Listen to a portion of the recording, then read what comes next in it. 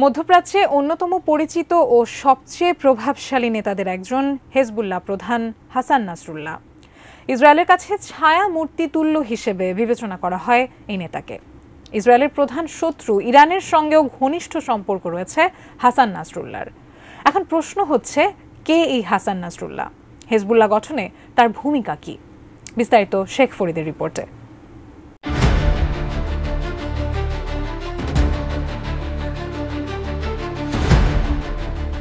লেবাননের হিজবুল্লাহর স্থাপনা লক্ষ্য করে ২৭ সেপ্টেম্বরে হামলা শুরু করে ইসরায়েল। এরই ধারাবাহিকতায় বৈরুতে হিজবুল্লাহ সদর দপ্তরে হামলা চালায় নেতানিয়াহুর বাহিনী।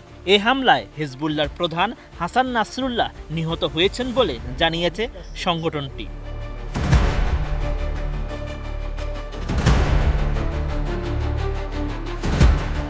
হাসান নাসরুল্লাহ ১৯৯২ সালে হিজবুল্লাহর প্রধান হিসেবে নিযুক্ত হন। ওই বছর ইসরায়েলি হেলিকপ্টার হামলায় প্রাণ হারান গোষ্ঠীটির সাবেক প্রধান নেতা আব্বাস আল মুসাউই। দায়িত্ব নেয়ার পর থেকে হিজবুল্লাহকে বর্তমান বিশ্বের সবচেয়ে শক্তিশালী সংগঠন হিসেবে প্রতিষ্ঠার পেছনে নাসরুল্লাহর রয়েছে গুরুত্বপূর্ণ ভূমিকা। তার নেতৃত্বে ফিলিস্তিনি স্বাধীনতাকামী সংগঠন হামাসের যোদ্ধাদের পাশাপাশি ইরাক ও ইয়েমেনের মিলিশিয়াদের প্রশিক্ষণগত সহায়তা দিয়েছে হিজবুল্লাহ। ইসরায়েলের বিরুদ্ধে ব্যবহারের লক্ষ্যে ইরানের কাছ থেকে সংগ্রহ করা ক্ষেপণাস্ত্র ও রকেটের এক সমৃদ্ধ ভাণ্ডার রয়েছে হিজবুল্লাহ।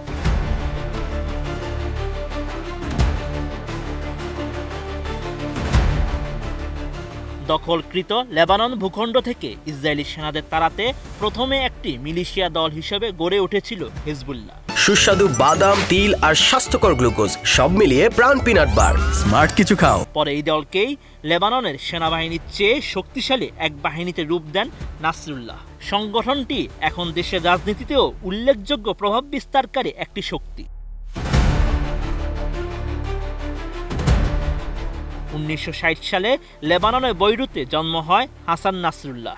নিজের জীবনের শুরুতে লেবাননে গৃহযুদ্ধ প্রত্যক্ষ করেছেন তিনি। মাত্র ১৫ বছর বয়সে শিয়াদের আমল আন্দোলনে যোগ দেন নাসরুল্লাহ।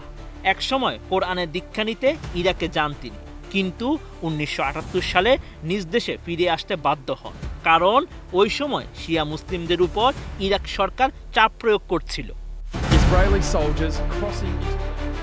১৯৮২ সালে লেবাননে স্থল হামলা চালায় ইসরায়েল। ওই সময় ইসরায়েলিদের প্রতিহত করতে হিজবুল্লাহ নামে সংগঠন তৈরি করে ইরানের চৌকস বিপ্লবী গার্ড।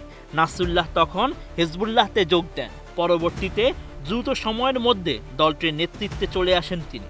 নাসরুল্লাহ হিজবুল্লাহর দায়িত্ব নিয়ে তাদের সশস্ত্র গোষ্ঠীর পাশাপাশি রাজনৈতিক শক্তিতেও পরিণত করেন।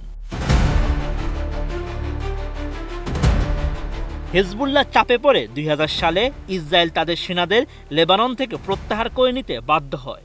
ইসরায়েলের সেনাদের সরে যাওয়ায় মধ্যপ্রাচ্যে নাসরুল্লাহর গ্রহণযোগ্যতা অনেকটাই বেড়ে যায়। নাসরুল্লাহ একবার এক বক্তব্যে বলেছিলেন, তিনি ইসরায়েলকে বৈধ রাষ্ট্র হিসেবে বিশ্বাস করেন না, কারণ এটি দখলদারিত্বের উপর তৈরি হয়েছে। নাসরুল্লাহ লেবানন সরকারের কোনো দায়িত্বে ছিলেন না, তবে দেশটির প্রশাসনের উপর তার ব্যাপক প্রভাব ছিল। লেবাননের প্রধানমন্ত্রীর উপরও ক্ষমতা প্রয়োগ করতে পারতেন তিনি। Sheikh Farid, ATN news.